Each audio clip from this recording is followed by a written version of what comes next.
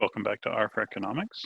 In this video, we're going to be talking about plots and how to generate them and what do they do.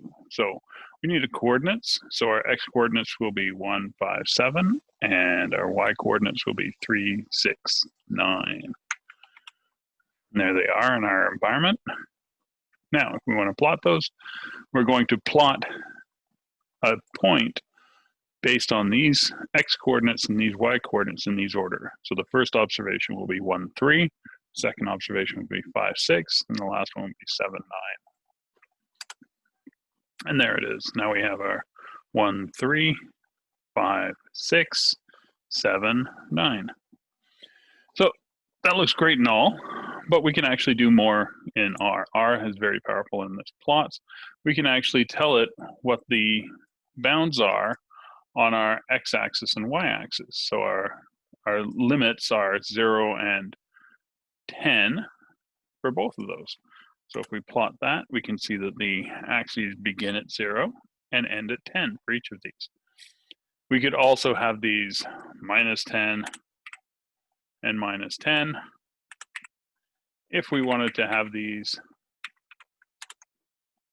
very large. So we can actually set these pretty specifically. Okay, so we'll just remove those, the minus.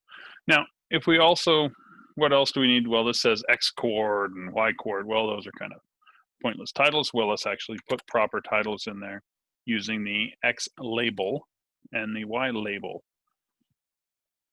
And we can see that your x-axis goes here, and don't forget your y-axis. That's great, but maybe we want a title in here. So main is the main title of the plot, and the cool title you put in here. So you can change this to whatever you want. Now, if we go down here and we do $plot,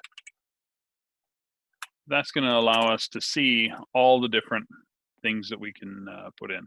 We can put in what type of object. So how this works is that it is actually generating this image, and it's drawing in this line and this line and this line and this line, and it's drawing in these numbers and it's drawing in these points. So when we look at our help file, we can draw the type of thing we want to have. So we can draw the points, we can draw lines, we can draw both. We can H for a histogram if we need those in there, and so on and so on. Label, sub, do we need a subtitle for the plot? So there's a title, and then maybe a subtitle is this is the subtitle. And then there's an aspect ratio that may be also important. Okay, and there are some examples here of different types of plots. Okay, great, and we'll see you in the next video.